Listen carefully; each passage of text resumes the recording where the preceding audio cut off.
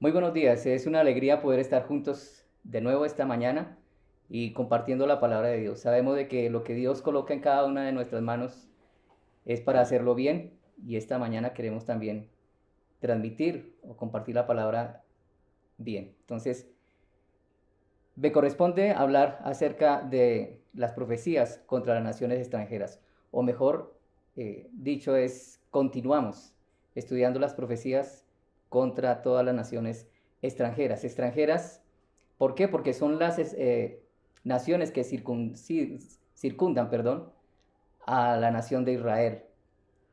Como hemos visto nosotros al comienzo, empezamos hablando de Israel, de todos los juicios, de las cosas buenas que vendrían el Mesías, capítulo 11, si bien lo recordamos, pero ya entramos a las naciones extranjeras. Y hoy vamos a ver tres naciones. Vamos a ver a Babilonia, vamos a ver a Edom y también vamos a ver a los árabes o Arabia. Tres profecías en las cuales yo me hacía una pregunta y es que nunca yo había entrado a mirar tan profundo el estado de cada país o el estado de cada nación en donde el Señor tendría que intervenir de una forma fuerte con juicio. Y miraba yo a nuestra nación, a Colombia, miraba lo que está pasando en Europa y la pregunta es como si la hicieran varios de estos hombres que estaban luchando, otros recibiendo la guerra, otros siendo las personas víctimas, preguntaban hasta cuándo o cuándo terminaría esto. Yo creo que es la pregunta que todos nos estamos haciendo. ¿Cuándo terminará el sistema del mundo dominado por Satanás y los gobiernos que se levantan para hacer juicio contra los hombres, contra las mujeres, sin el temor de Dios? Voy a entrar entonces a leer nuestro texto, Isaías capítulo 21, versículos 1 al 17. Dice, profecía sobre el desierto del mar, como torbellino del Negev, así viene en el desierto de la tierra horrenda. Visión dura me ha sido mostrada. El prevaricador prevarica y el destructor destruye. Sube, oh Elam, sitia, oh Media, todo su gemido hice cesar. Por tanto, mis lomos se han llenado de dolor.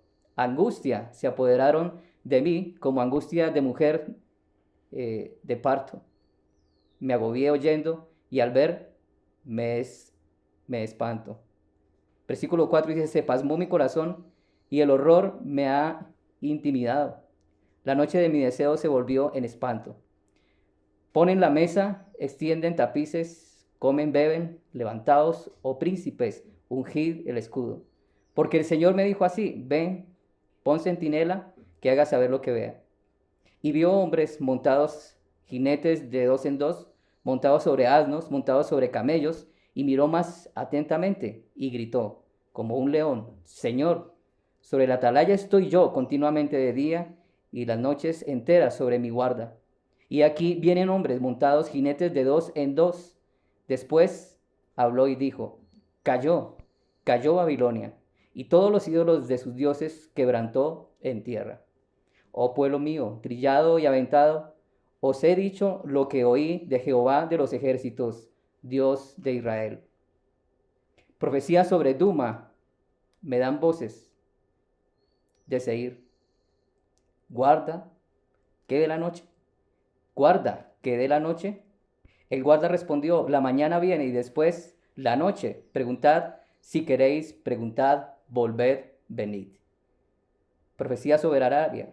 En el bosque pasaréis la noche en Arabia, oh caminantes de Dedán, salid a encontrar el sediento, llevadle agua, moradores de la tierra de Tema, socorred con pan al que huye.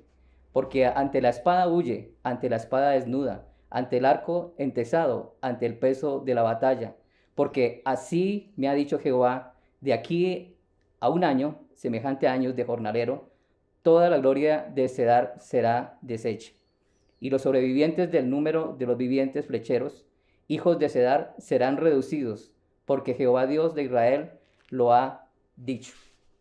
Porque Jehová Dios de Israel lo ha dicho. Profecía sobre el desierto del mar, versículos 1 al 10. También puede llamársele profecía sobre la caída de Babilonia o la destrucción de Babilonia. Comienza diciendo el texto, el versículo 1, profecía sobre el desierto del mar. Como torbellinos del Negev, así viene en el desierto de la tierra horrenda. Entonces, nuevamente se profetiza sobre Babilonia. Ya la profecía se había hecho en parte en el capítulo 13 y capítulo 14, ya vimos. Y esa vez se va a realizar con un centinela puesto, con alguien que va a advertir una vez más acerca de la caída de Babilonia y sería su tercer caída. Generalmente se relaciona esta sección con la destrucción de la Babilonia del 539 por las tropas de Ciro de Persia. Ya en Daniel capítulo 5 se había hecho referencia acerca de esa toma de los babilonios, de los persas, contra Babilonia. Isaías está mirando y considerando cómo esta Babilonia en este momento con el rey Belsasar estaban muy cómodos, estaban bebiendo, estaban participando de sus convites pecaminosos y llegó la sorpresa, ¿no? Esto lo vimos en el capítulo 13 de Isaías. Dice que el Negev es como un torbellino. Normalmente estas tierras del Negev se les reconoce por tierras áridas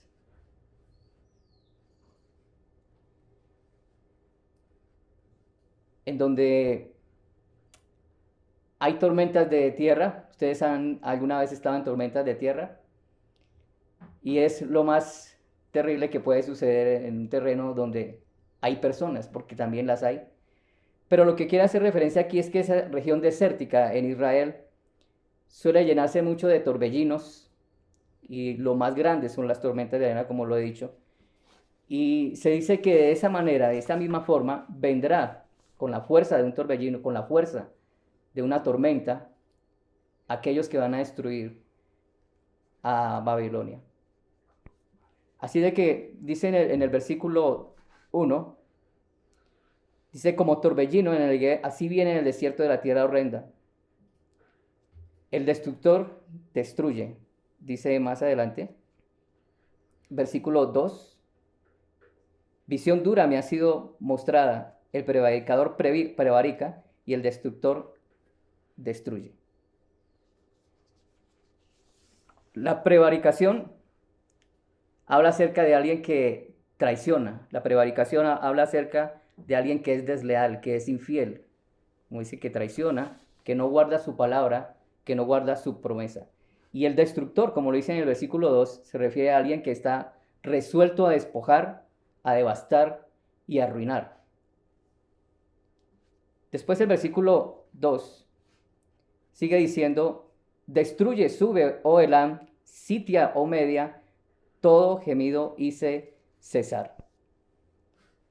Y aquí en las figuras que estamos pasando, ahí vamos a encontrar entonces Elam en el mapa y también vamos a encontrar a Media. Los nombres que se le dieron, por así decirlo, a lo que era el gobierno o el imperio persa. Pues estos imperios vienen a buscar a Babilonia de la manera más destructiva que puede haber. Algo que es interesante y que estamos viendo en todas estas profecías, como alguien dijera, para un grande siempre va a haber otro más grande. Y finalmente nosotros sabemos muy bien por las escrituras que el más grande estará al final de los tiempos, sobre todo los que se consideraban grandes, poderosos. Y aquí vemos la invasión de Babilonia. El imperio persa conquistó a Babilonia y la destruyó en esa época. Y recordemos por un momento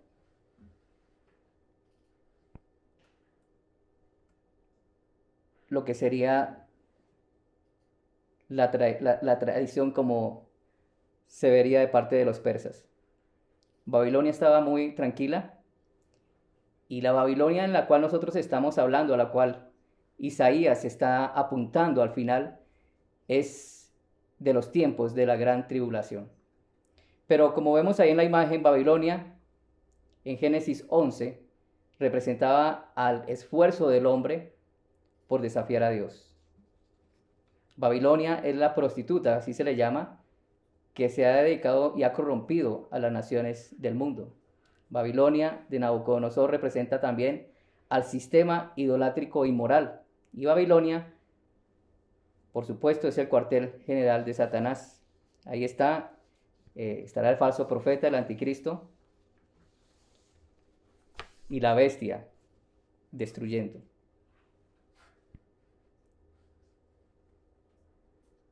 Entonces encontramos aquí a Babilonia, aquí en el mapa, y aquí el momento en donde el profeta Daniel hace la revelación de lo que sería la destrucción prominente.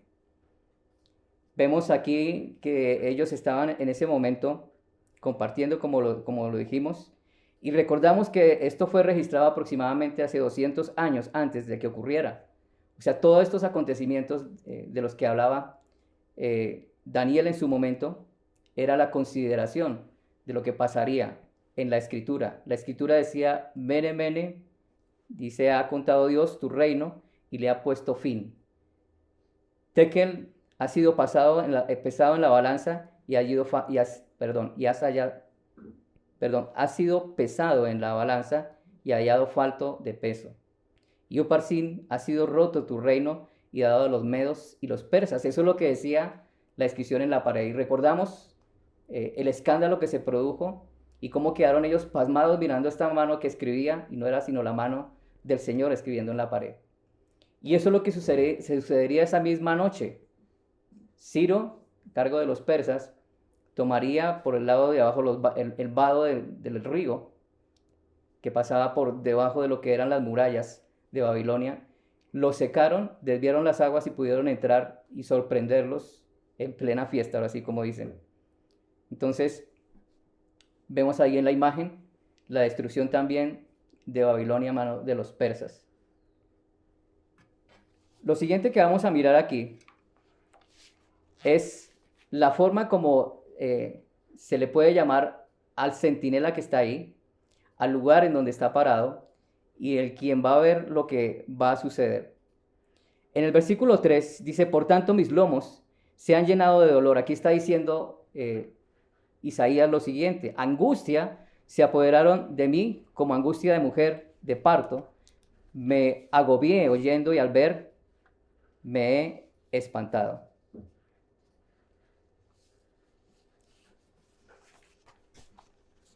El profeta Isaías siente el dolor. El profeta Isaías siente cómo está llegando a su corazón el condolerse aún por sus enemigos, por quienes estaban haciendo mal. Recordemos que es alguien que está, como decir, neutro en lo que está pasando, porque está viendo la destrucción de hombres, está viendo la destrucción de niños, la muerte de mujeres, y por supuesto a nadie nos gustaría ver una escena de esas, por más enemigo que sea. Yo creo que no nos debería dar alegría ni aplaudir eso, pero eso es lo que sintió el profeta Isaías. Era horrendo para él ver eso. Dice que se pasma su corazón, de manera que lo que veía ahí se transmitía en la parte física, el dolor físico, dice como una mujer de parto. Pues las que son mujeres pueden saber de qué dolor está hablando ahí el profeta Isaías al ver esto. El versículo 5 está declarando lo que veíamos en la imagen anterior. Ponen la mesa, extienden tapices, comen y beben. Levantaos, oh príncipes, ungid el escudo. Era lo que ellos tenían que estar haciendo y estar alertas.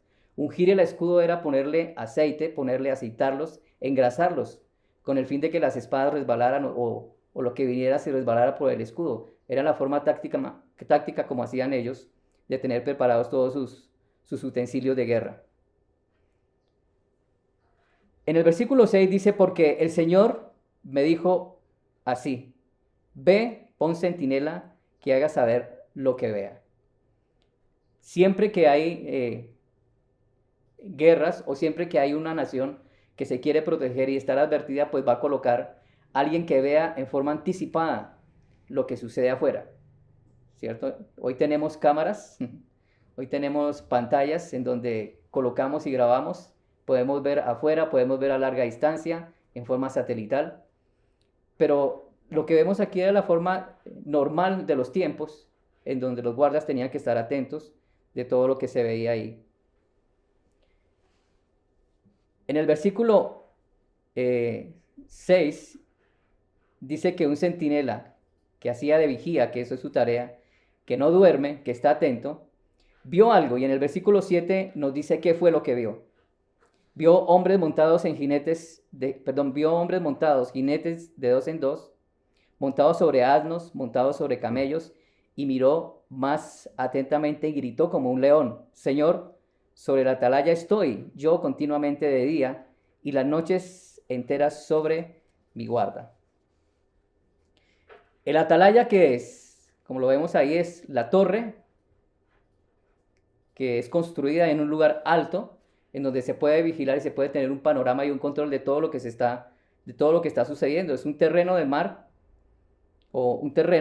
perdón, y poder avisar con tiempo y advertir si hay una invasión o si hay algo, un peligro. El cumplimiento de esta profecía se produjo en 538 a.C., cuando Babilonia fue derrotada por los medos y los persas. Eso ya sucedió, fue lo que anticipó el profeta Daniel. Pero esta profecía que estamos mirando nosotros aconteció como una noticia mundial y en hecho histórico 170 años de que ocurriera.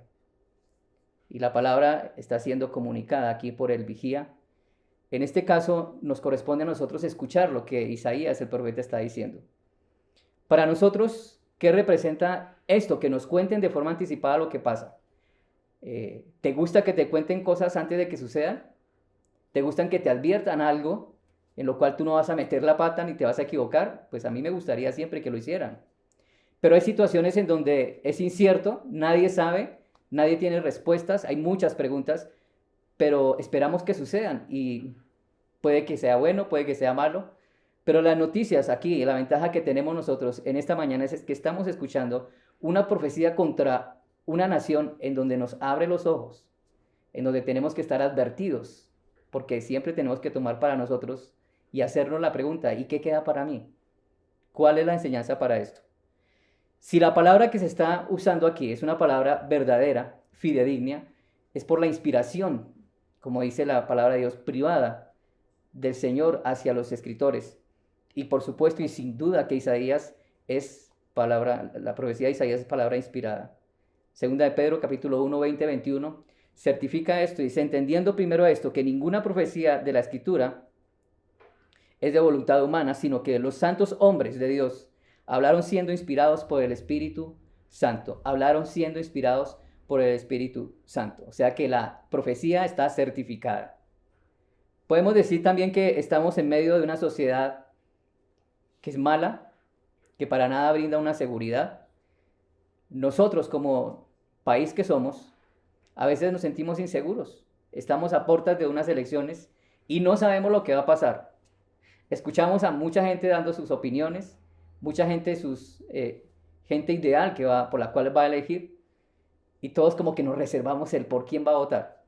Hay otros que pues lo pueden hacer abiertamente porque no tienen problema, pero lo que sí es cierto es que no sabemos cómo va a ser el próximo gobierno.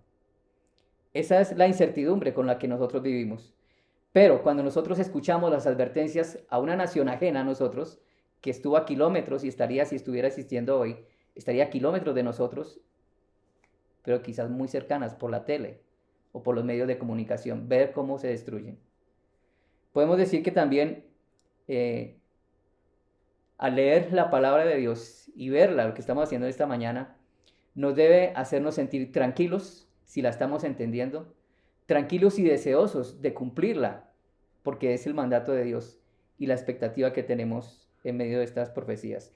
En el versículo 8 comienza diciendo: estoy yo continuamente de día y en las noches enteras sobre mi guarda. Hay algo bonito aquí, y es ver al profeta que muestra que el centinela está diciendo que él está presto. Y no me hace sino más que pensar en la oración.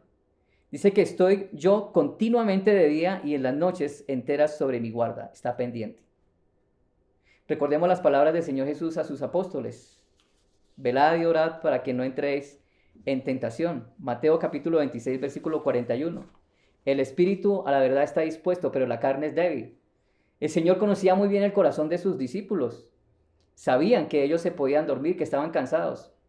Pero si Él les está diciendo que estén atentos es porque la fuerza venía de Él y podían estar atentos también a lo que sucediera.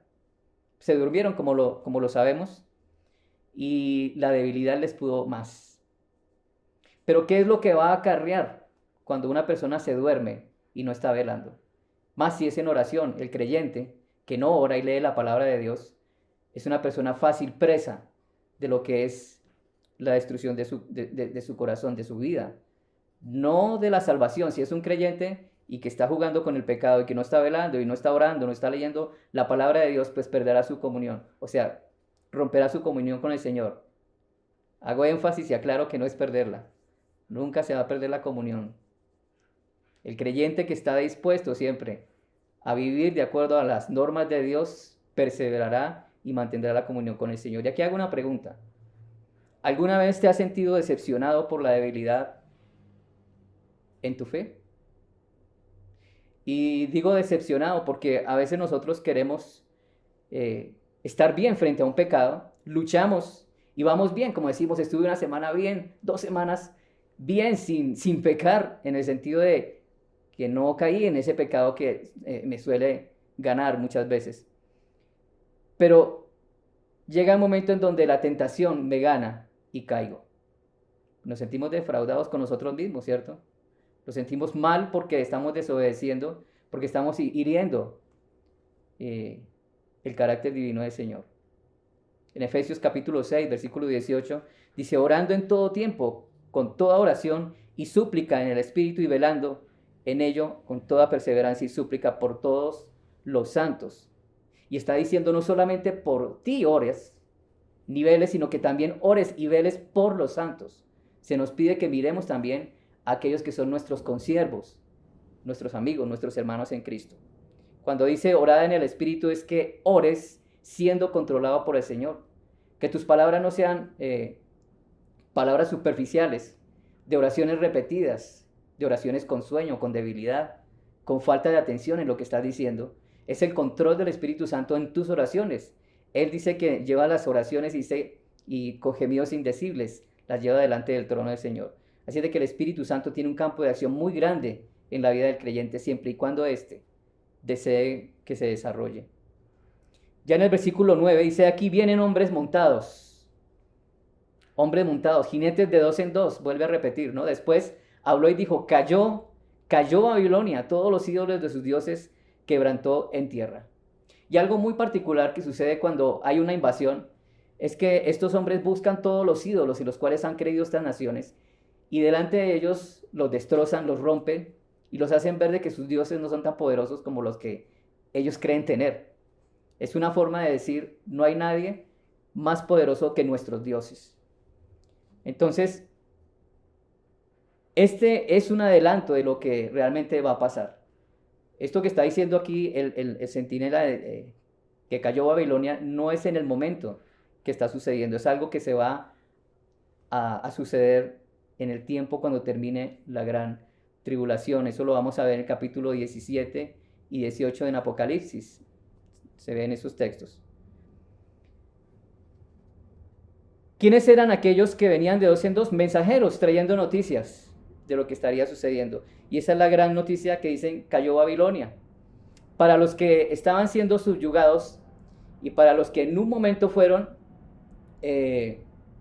heridos por los babilonios, yo creo que muchos sentirían la tranquilidad de ver que un reino como estos cayera.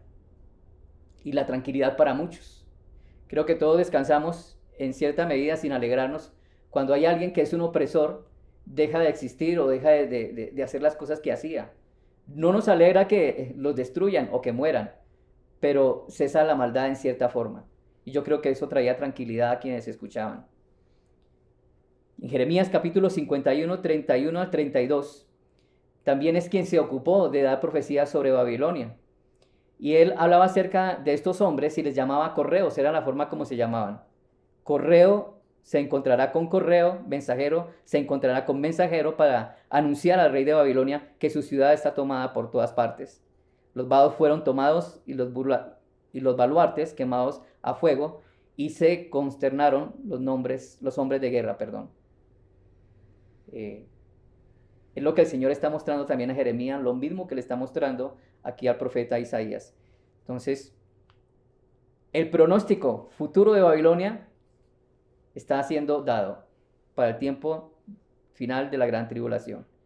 Y allí en Apocalipsis capítulo 14, versículo 8, hay un indicio, una muestra de lo que es ese momento en donde ya se está preparando la caída de Babilonia en forma total y final.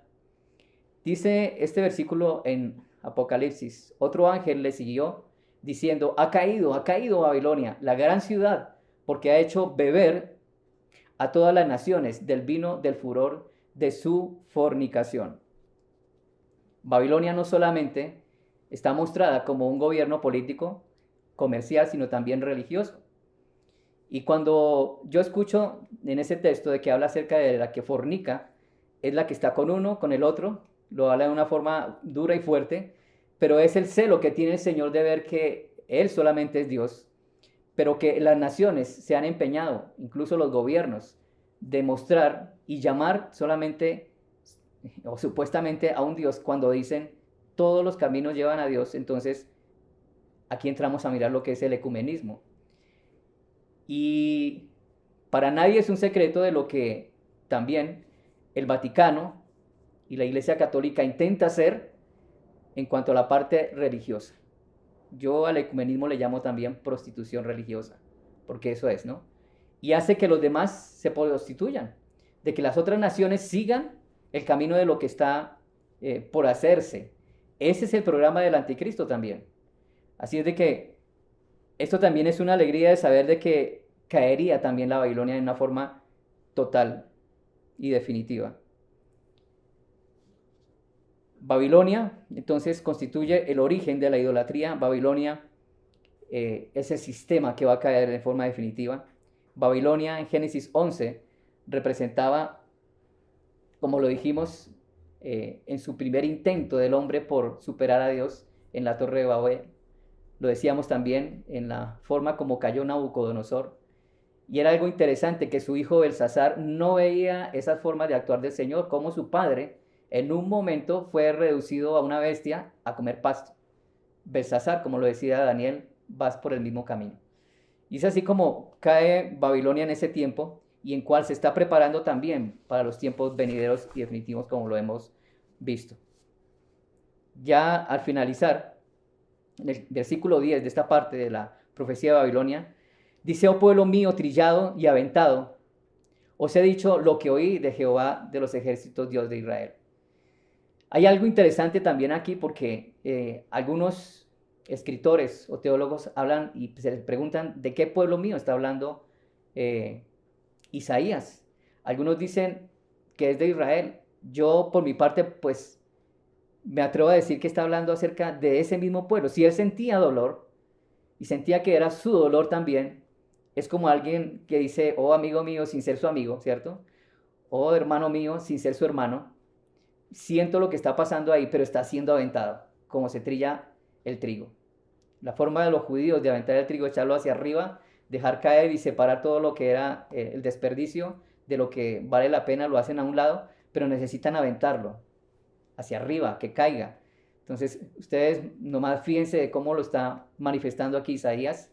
oh pueblo mío trillado y aventado, os he dicho lo que el Señor Jehová de los ejércitos, perdón, os he dicho lo que oí de Jehová de los ejércitos, Dios de Israel. Hasta este momento la profecía es fidedigna, es fiel. Él ha cumplido lo que el Señor le ha dicho que tenía que decir. Es alguien que ha dicho: eso es lo que el Señor está diciendo, eso es lo que tengo que decir. El Dios de Israel. Y sella esta parte con esa frase final.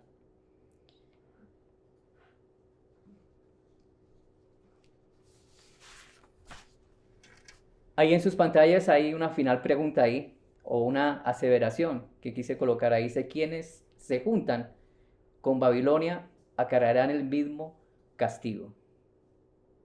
Por supuesto, ¿no? Aquellos que se congracian con la Babilonia se están congraciando con el pecado. Aquellos que se congracian con Babilonia se están congraciando con el sistema. Y están los creyentes ahí, manifestando, como compartiendo también, en forma tal vez indirecta, pero haciendo la forma de lo que es las ideologías que comparten hoy, vienen de Babilonia. ¿Cuáles son esas ideologías? La ideología de la promiscuidad sexual y la idolatría, la inmoralidad. Son dos cosas que a veces yo digo suficiente no como para mirar cómo los impíos están abocados a hacer esto. Y están los cristianos también, abocados a jugar con la Babilonia, después va a ser destruida, y junto con ella los que le siguen. Vamos a mirar la siguiente profecía, y la profecía sobre Duma. Dios toma cuenta de los comportamientos. Dios toma cuenta de los comportamientos de ellos, como lo estamos viendo. Nosotros estamos siendo como espectadores de lo que está sucediendo, pero recuerda que también Dios toma en cuenta mis comportamientos también. Dice el versículo 11, profecía sobre Duma, me dan voces de Seir, guarda, quede la noche, guarda, quede la noche. El guarda respondió, la mañana viene y después de la noche, preguntad, si queréis, preguntad, volved, venid. Y aquí estamos viendo a Edom. Edom sería también invadida por los asirios. Y en su momento también era una nación que despreció al pueblo de Israel. El Señor no es que guarde cuentas ni sea revanchista, sino que quiere siempre colocar en su lugar como corresponden las cosas. Recordemos que en su momento también el Señor llamó a la nación de Israel la niña de sus ojos, y Él tiene mucho celo por lo que le sucede a su nación. Por supuesto, nosotros tenemos las bendiciones traídas de Abraham también a participar de la iglesia, y vemos de la misma manera como Él cuida a su pueblo de Israel, cuida a la iglesia también, cuida a los hijos de Dios. Aquí hay pregunta y hay respuesta. Esta pregunta que están haciendo estos hombres va abocada a lo que es si realmente ese tiempo que están viviendo aquí de la invasión a Siria terminaría o en qué momento. A veces, como lo decía al comienzo, preguntamos cuánto va a durar este momento de desafío, de tormenta, de dureza, de desazón. ¿Qué de la noche? ¿Cuánto va a durar? ¿Hasta qué horas va a estar esta noche? ¿Cuándo será de día? A veces nos abruman tormentas en nuestros pensamientos, dificultades en donde no podemos dormir y quisiéramos que amaneciera ya. Pero lo que le responde aquí el guarda es algo normal, espérate que pase la noche, no podemos adelantar nada. Pero lo que va a suceder es que al comenzar el día van a seguir habiendo los problemas. Un año más vendría más. Entonces, hablando del lugar, Edom o Duma desciende de Esaú. Vamos a hacer un poco de historia aquí porque nos preguntaremos, ¿y estas naciones de dónde son descendientes? Duma, como dijimos, significa Edom y viene de Esaú. Esaú significa rojo. Ese nombre se le cambió cuando Esaú vendió su primogenitura. Entonces se le puso por nombre Duma. Duma significa silencio. Tengamos en cuenta eso. Duma significa silencio. O sea, es el nombre de la tribu descendiente de Ismael. Entonces vamos armando como el rompecabezas. ¿De dónde vienen estas naciones? De los ismaelitas. ¿Quiénes eran los ismaelitas? Entonces recordamos a Abraham, ¿cierto? Es el hijo que le nació a Abraham, el hijo que nació en medio de lo que era la desobediencia del hombre por querer, entre comillas, ayudar a Dios. Abraham y Sara no confiaron en la promesa de Dios y decidieron que Agar, su sierva, tuviera un hijo con Abraham, y ese sería el hijo de la promesa, entre comillas, porque no lo es. El hijo de la promesa es Isaac. Entonces, aquí estamos viendo a una tribu llamada Duma, que está en la ciudad de Seir.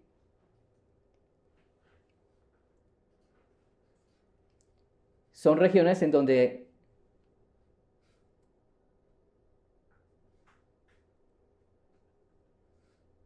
perdónenme un momentico.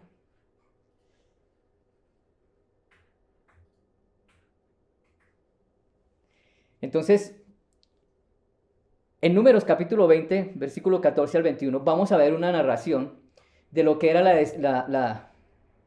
la forma como los edomitas, los edomitas se manejaban o trataban al pueblo de Israel. Números capítulo 20, 14 al 21 dice: profecía sobre Duma, envió Moisés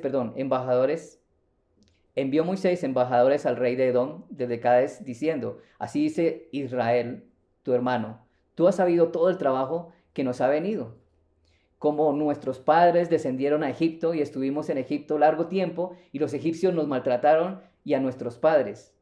Y clamamos a Jehová, el cual oyó nuestra voz y envió un ángel y nos sacó de Egipto, y aquí estamos en Cades, ciudad cercana a tus fronteras. Te rogamos, aquí está el pueblo de Israel tratando de cruzar, saliendo de Egipto por mano de Dios, y quieren cruzar por los territorios de los edomitas, y aquí le están rogando, dice: rogamos que pasemos por tu tierra.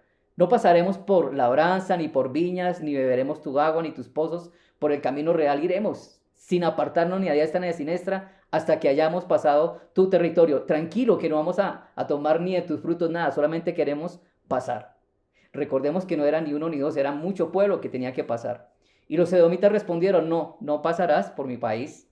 De otra manera saldré con mano armada. Y los hijos de Israel dijeron: por el camino principal iremos.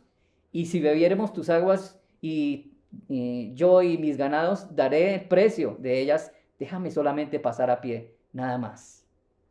¿Alguna vez has tenido que rogar para que alguien te haga un favor y no te lo hacen? ¿Cómo te sientes?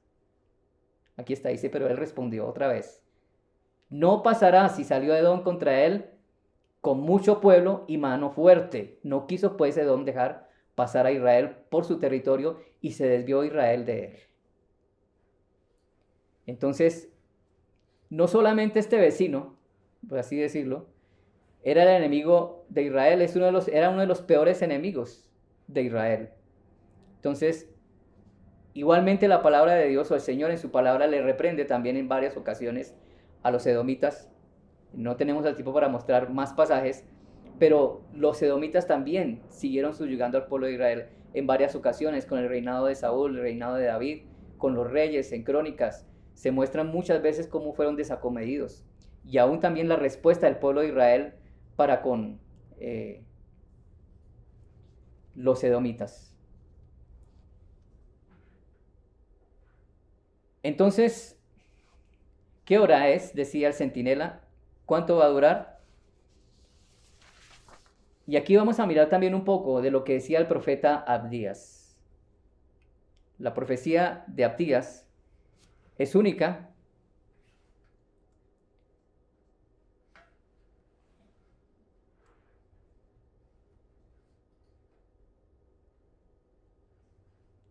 La profecía de Abdías es única. ¿Por qué? Porque trata más que nada acerca de Edom, más que de Judá, más que hablar de su propio pueblo.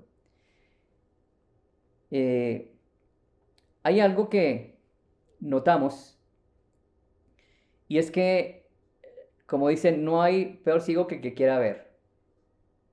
Recordemos otra vez, y vuelvo un poquito atrás, de lo que está diciendo el centinela. Vienen a buscar a Isaías, porque se considera que es Isaías el que está hablando, y le hacen las preguntas: ¿cuánto va a durar? Queremos salvarnos de esto, queremos libertarnos. Pero cuando escuchan la verdad, como que no lo aceptan. Muchos de nosotros queremos oír lo que queremos, y sabemos que la respuesta no va a ser la mejor, pero escuchemos a ver, de pronto nos diga algo bueno, pero sabemos que no va a ser así. Y eso fue lo que dijo el profeta Isaías: el que quiera ver la luz, que venga a ver la luz. Alguien dijo en Salmo 36, versículos 7 al 9, dice: cuán preciosa, oh Dios, es tu misericordia. Por eso los hijos de los hombres se amparan bajo la sombra de tus alas.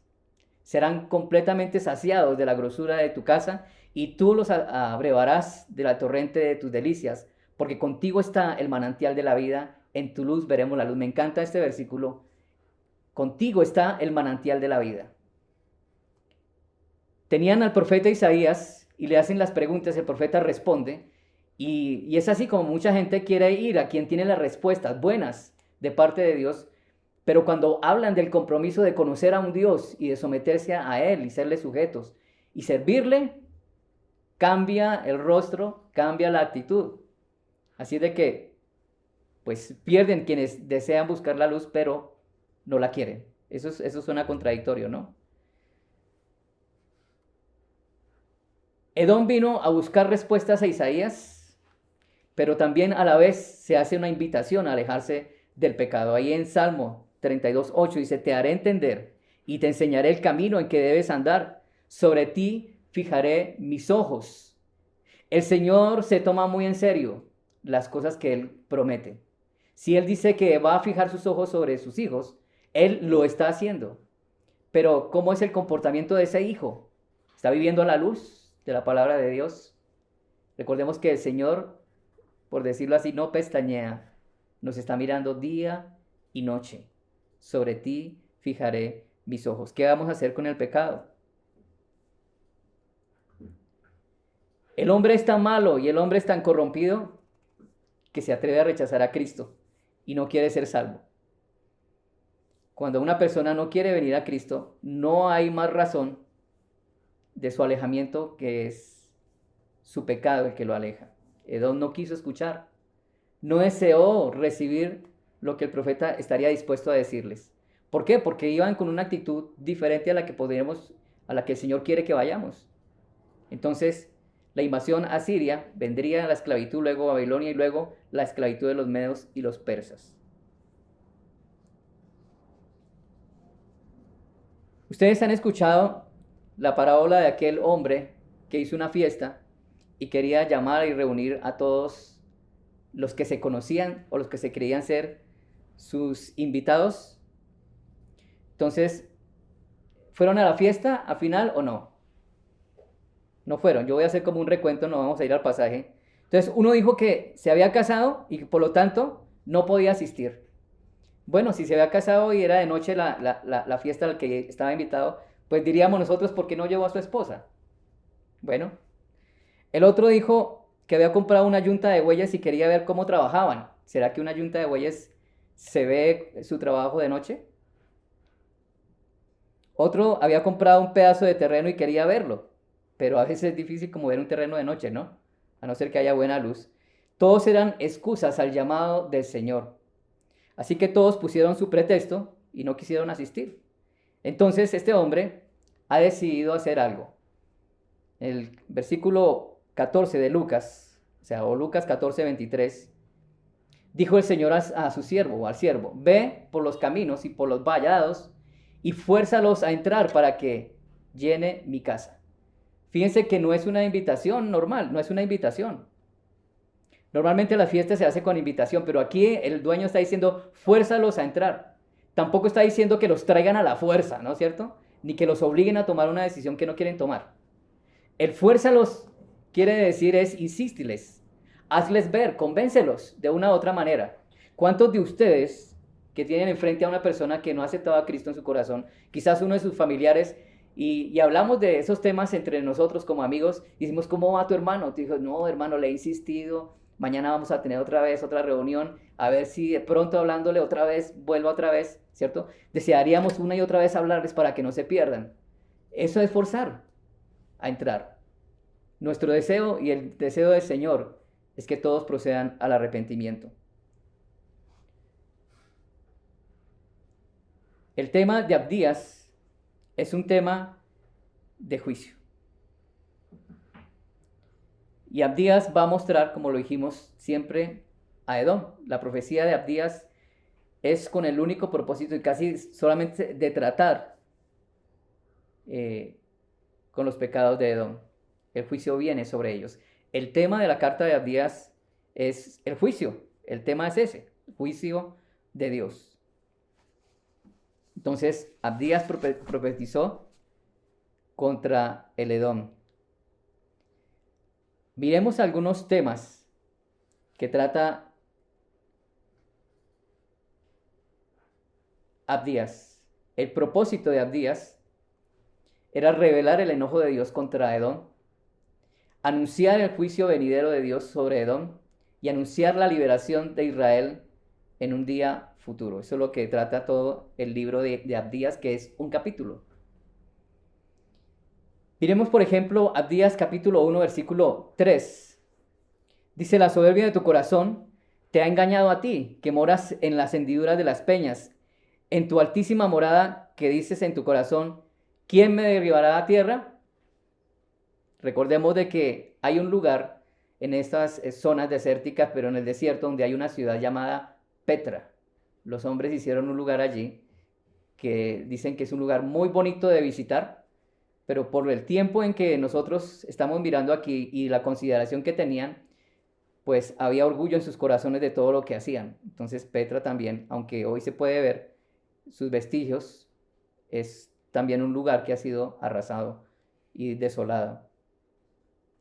Abdías capítulo 1, versículo 4, dice, y si te remontaras como el águila y entre las estrellas pusieres tu nido, de ahí te derribaré, dice Jehová. Entonces, ¿quieres verte alto? Pues de ahí te voy a derribar. Versículo 10. Por la violencia hecha a tu hermano Jacob, te cubrirá vergüenza y serás cortado para siempre. Versículo 11. El día que estando tú delante llevaba extraños cautivos de su ejército, y extraños entraban por sus puertas y echaban suerte sobre Jerusalén, tú también eras como uno de ellos. O sea, se congraciabas, tú estabas mirando y como que aplaudías lo que estaban haciendo. Porque normalmente el ser humano es así. El ser humano se acomoda a las circunstancias de quien va ganando y dice, yo me hago al lado suyo. Y en este momento era Edom persiguiendo y subyugando a Israel, y como que estaba cerquita y decía, tú te congraciabas, o sea, perdón, estaban sitiando a Israel, y Edom era uno de los que miraba cómo era el castigo contra Israel y compartía con los enemigos de Israel. Versículos 12 y 13 dice, pues no debiste tú haber estado mirando en el día de tu hermano, en el día de su infortunio. No debiste haberte alegrado de los hijos de Judá en el día en que se perdieron, ni debiste haberte jactado en el día de la angustia. No debiste haber entrado por la puerta de mi pueblo en el día de su quebrantamiento. No debiste haber mirado su mal en el día de su quebranto, ni haber echado mano a sus bienes en el día de su calamidad. Se aprovechaban de lo que era el dolor ajeno. Recordemos que cuando estábamos viendo la profecía contra Babilonia, el sentir de Isaías no era alegrarse, pues tampoco nosotros tendríamos que haberlo hecho, ni lo haríamos. Y es aquí lo que Abdías está denunciando de parte de los edomitas. En el versículo 14 dice, tampoco debiste haberte parado en las encrucijadas para matar a los que de ellos se escapasen, ni debiste haber entregado a los que se quedaban en el día de la angustia. Los que quedaban en el día de la angustia. Versículo 15, porque cercano está el día de Jehová sobre todas las naciones. Como tú hiciste, se hará contigo. Tu recompensa volverá sobre tu cabeza. Es decir, así como tú estás tratando mal a una nación, de esa misma manera te van a tratar a ti. Recordemos que Duma significa silencio. Aquí la profecía nos está mostrando de que era una nación que quedaría en total silencio, como lo dice su nombre. Callarían, la desolación vendría. El versículo 21 dice, y subirán salvadores al monte de Sión para juzgar al monte de Saúl. El reino será de Jehová. Ahí Abdías también termina con esas palabras como termina este capítulo 21, diciendo, el juicio es del Señor, el tiempo, el reino será de Jehová. Todo le pertenece a él. Y Abdías también certifica al final de su libro con las palabras del reino de Jehová. Entonces, el juicio de los edomitas era inminente por su orgullo, por su terquedad, por su enemistad contra el pueblo de Israel. Eran arrogantes. Y así, una y otra vez el Señor va tratando con cada uno de estos pueblos.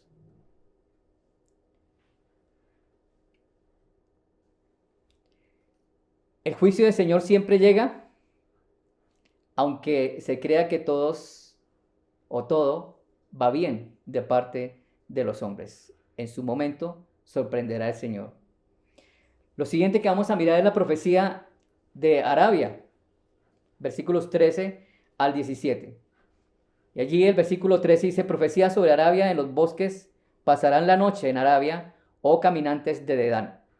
O sea, también significa Arabia, Dedán. Aquí vamos a ver Arabia y vamos a encontrar ese nombre que nos dice ahí, Dedán. Vamos a encontrar también que dice lo siguiente, salid a encontrar al sediento, versículo 14, llevadle agua, moradores de tierra de Temán, socorred con el pan al que huye. Era un momento en que estos hombres de Dedán estaban siendo perseguidos y estaban en estas regiones áridas, caminando, comerciando, porque estos hombres también tenían esas características de estar mostrando todo lo que era su comercio con otros países, con otros vecinos. Pero llega un momento en donde su grandeza va a caer. Y los árabes, pues por supuesto, son muy poderosos hoy en día por su petróleo, pero en esos tiempos también comerciaban con muchas cosas. Pero hay un momento en donde están siendo perseguidos y están buscando dónde esconderse o dónde tomar alimentos, dónde tomar agua. Y van a llegar a una ciudad llamada Temán, a un lugar en donde tendrán que ser socorridos. Y ahí lo dice, socorred con pan al que huye. En el versículo 15 dice, porque ante la espada huye, ante la espada desnuda, ante el arco atesado, ante el peso de la batalla. Porque así me ha dicho Jehová, de aquí a un año, semejante a años de jornalero, toda la gloria de Cedar, es decir, los hijos de Ismael de Arabia. Será deshecha hoy esta ciudad, es hoy la ciudad de Kuwait. La ciudad terminó, terrenos desérticos, no existe, pero en su lugar hoy es lo que se llama la ciudad de Kuwait. Y el versículo 17 dice, los sobrevivientes del número de los valientes flecheros, hijos de Cedar, serán reducidos porque Jehová de Dios de Israel lo ha dicho. Entonces, esta profecía de Arabia nos habla también de los ismaelitas. Los ismaelitas también, como lo dijimos al comienzo, descienden también de Abraham. O sea, todos estos pueblos tienen que ver también con la simiente, ¿no? Pero vemos cómo los ismaelitas se establecieron a partir de la promesa hecha también a Ismael. Recordemos de que en su momento, como lo dije anteriormente, también a Ismael le fue dada la promesa de ser benditas todas las naciones de la tierra y también ellos crecerían y se multiplicarían. En Ezequiel capítulo 27-21, antes de hablar de este tema de la descendencia de Ismael, también Ezequiel denuncia o hace ver cómo estos hombres comerciaban unos con otros en Arabia. Todos los príncipes de Cedar traficaban contigo en corderos, carneros y machos cabríos. En estas cosas fueron tus mercaderes. Entonces, así como lo dije, la historia nos cuenta cómo realmente sucedió y cómo surgieron los ismaelitas o los árabes hoy en día, lo que se llama la península arábiga, como lo vemos ahí en el mapa donde está situado, los árabes y su poder. Génesis capítulo 16, versículos 10 al 12, le dijo también el ángel de Jehová, estaba hablando con Agar y su hijo, multiplicaré tanto tu descendencia que no podrá ser contada a causa de la multitud. Además, le dijo el ángel de Jehová, he aquí que has conocido y darás a luz un hijo, y llamarás su nombre Ismael, porque Jehová ha oído tu aflicción, y él será hombre fiero, su mano será contra todos, y la mano de todos contra él, y delante de todos sus hermanos habitará. Entonces Ismael se hizo notar por su dureza con Isaac, recuerden que los dos vivieron, y por su burla contra él también.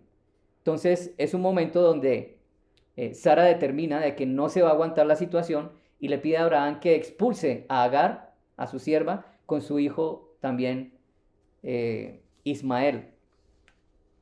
Entonces a Isaac será llamada descendencia.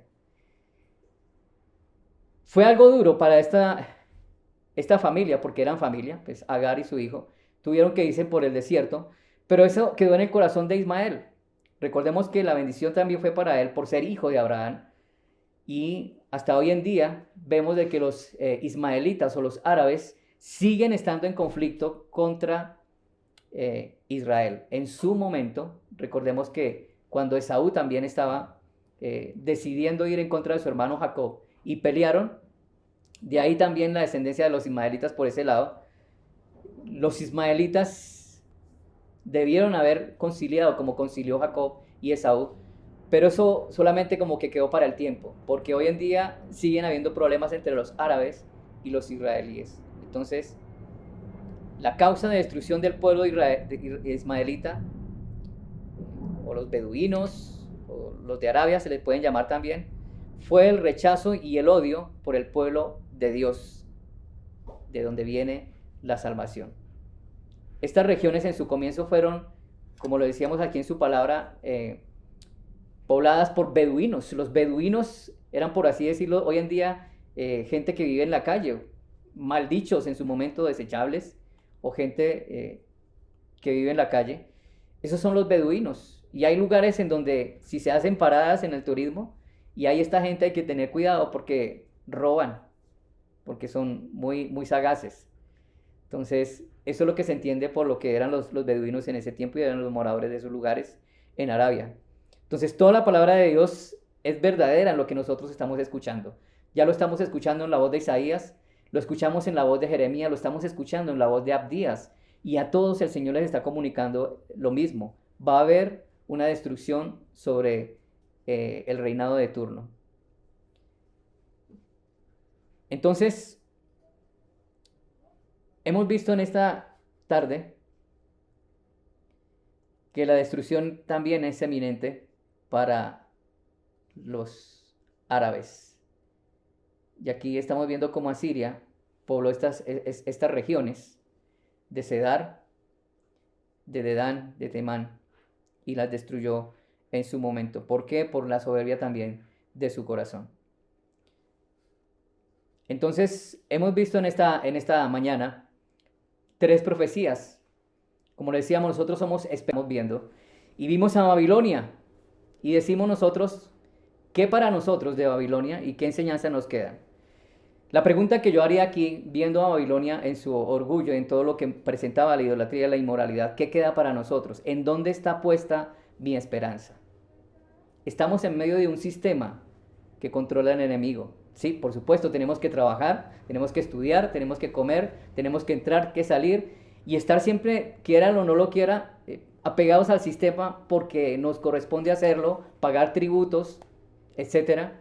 No nos podemos esconder. Pero la pregunta que yo estoy haciendo es si mi esperanza está puesta en el sistema. Cuando yo estoy diciendo, voy a comprar una moto, o voy a comprar una casa, tengo mi familia, y entro a hacer de eso un dios, de una idolatría, estoy viviendo el sistema de Babilonia. O cuando estoy compartiendo lo que realmente el mundo comparte, y eso habla de la fidelidad, de la moral dentro de un trabajo, de que no hago lo que hacen los demás porque tengo principios, y estoy siendo visto como un bicho raro porque estoy siguiendo los principios del Señor. Luchamos y a veces somos nosotros sufriendo agravios por medio de esto, pero vale la pena. Cuando nosotros renunciamos a estar apegados a estas cosas que traen destrucción realmente y romper la comunión, pues vale la pena decir y preguntarnos en dónde está mi esperanza puesta. Entonces recordemos que Babilonia cayó 2 veces, pero la tercera va a ser definitiva. Y yo creo que aunque hoy no exista Babilonia terrenal, sí sigue existiendo su influencia en medio de las naciones. Colombia es una nación influenciada por la maldad, totalmente. No solamente Colombia, todos los países del mundo. Entonces, ¿qué tan aferrado estás al sistema? Entonces, aquí lo vemos en la presentación. Dinero, las carreras, el bienestar, el disfrute. ¿Cómo estoy aferrado? ¿Estoy aferrado? Así como Babilonia cayó la primera y la segunda vez, también la tercera. Y Dios nos ha dado grandes promesas. En Hebreos capítulo 10, 23 dice, mantengamos firmes sin fluctuar la profesión de nuestra esperanza, porque fiel es el que prometió. Dios nos ha dado promesas. En una canción dice, lluvias de gracia, lluvias del Consolador. El decir que el Señor habla acerca de la esperanza y de lo que promete, está diciendo que nosotros tenemos que estar firmes y sin dudar, porque Él lo va a hacer, ya lo ha hecho, ¿cierto? Prometió salvar a la humanidad y lo hizo y lo sigue haciendo y lo seguirá haciendo. Él sigue prometiendo hacia los hombres la verdadera esperanza. En 1 de Juan capítulo 2, versículo 25 dice, esta es la promesa que Él nos hizo. La mejor de las promesas, ¿no creen? La vida eterna. También vimos a Edom. Hablamos de los anhelos, los deseos del corazón, el querer ir, presentarnos, pedir algo, pero no aceptarlo. Eso suena contradictorio, como lo decía al comienzo. Repito esas palabras en ese texto bíblico que le decía ahí en el versículo 12 de nuestro texto, capítulo 21 de Isaías. Le dice el centinela o le dice a Isaías, buscad, ¿sí? Después, ¿qué le dice? Preguntad, volved y venid. Este preguntar es buscar la información. Cuando tú estás llegando al conocimiento de Dios, estás recibiendo una información buena. Entonces, si tienes la información, es porque realmente te interesa y estás preguntando, ¿quién es Dios? ¿Qué es lo que hace Dios y cómo obra? Pero lo segundo es que te vuelvas a Él, que te arrepientas. No solamente la palabra de Dios está solamente para que sepas, sino para que creas en tu corazón y cedas al arrepentimiento y después así puedes venir. Eso es lo que está diciendo las palabras del profeta Isaías. Busquen, arrepiéntanse y vengan. Entonces, es la única manera como nosotros podemos descansar. Arabia también nos dice al final que seremos lo que estamos sufriendo a consecuencias de nuestro pecado. Seremos lo que estamos viviendo a consecuencias de nuestro pecado. La pregunta es, ¿y tenemos que estar corriendo como recorrieron a mitigar el dolor? Es decir, recordemos, estos hombres que estaban corriendo a buscar en dónde refugiarse, pero a ellos se les olvidaba que estaban en esa situación por su pecado, por lo que Dios estaba mostrando de lo que le hicieron al pueblo de Israel y lo que le siguen haciendo al pueblo de Israel. Pero cuando llegan ahí, dice, eres ese morador de Temán que suple la necesidad de otros cuando la tienen. La caída de los imperios está en las manos de Dios. Nosotros confiemos en la dirección divina. Y yo tengo que recordar que tengo en mis manos la solución a los problemas de todos. Dicen, ¿es que Edgar es un mago y va a solucionar los problemas? No soy yo. ¿Qué tengo en mis manos? ¿Qué tenía Isaías? La profecía, la palabra de Dios. Yo tengo en mis manos la palabra de Dios. Y eso es lo que le tengo que dar a aquellos sedientos, a aquellos que están buscando por causa de su pecado una salida. Y esa salida, pues por supuesto, es la persona del Señor Jesucristo. 3 profecías con el mismo mensaje: arrepentimiento, volver a mirar a Dios y seguir sus caminos. Y en esta mañana quizás tú estás en alguna de estas situaciones. Quizás tú digas, yo no tengo nada que ver con estas ciudades o estos pueblos que hicieron cosas tan malas, porque a veces decimos fueron ellos. Pero nosotros también, en esa desventaja, se encuentra el ser humano por su pecado. Pero algo que podemos nosotros retomar en esta mañana es que ese Dios que veía a estos pueblos también te ve a ti y me ve a mí, con la misma necesidad y con el mismo sentir de misericordia y de consuelo que quiere derramar en tu corazón. ¿Quieres venir a Cristo? Realmente es la solución para no estar más apegado al sistema que nos subyuga y nos maltrata. Si puedes tú en esta mañana que viste, escuchaste este mensaje, ahora ver quién es Dios, quién es el Dios de la promesa. Él te prometió la vida eterna a ti también y te la quiere dar gratis. Solamente es recibirlo, reconociendo que eres un pecador, reconociendo que estás tan alejado como estos pueblos estaban de Dios, pero que estás arrepentido y que en esta mañana solamente con una voz de esperanza hacia Dios y decirle, Señor, te necesito. ¿Tú crees que Él te escucha? Él lo hace y lo va a hacer una vez más. Escuchará tu oración de arrepentimiento y te dirá, te perdono. Él quiere perdonarte. ¿Tú quieres que te perdone? Es la misma manera como muchos de nosotros pudimos ser delante de Él un día y decirle, Señor, perdona mis pecados. Acepto que soy pecador, que no me puedo salvar a mí mismo, que yo no tengo la solución a mis problemas. La solución la tienes tú. Te coloco en tus manos mi vida. Abro mi corazón a la persona del Señor Jesucristo y le invito a entrar. ¿Lo harías? ¿Estás deseoso de hacerlo? No pierdas esta oportunidad, la oportunidad que perdieron muchos. Es la oportunidad que Dios no quiere que pierdas en esta mañana.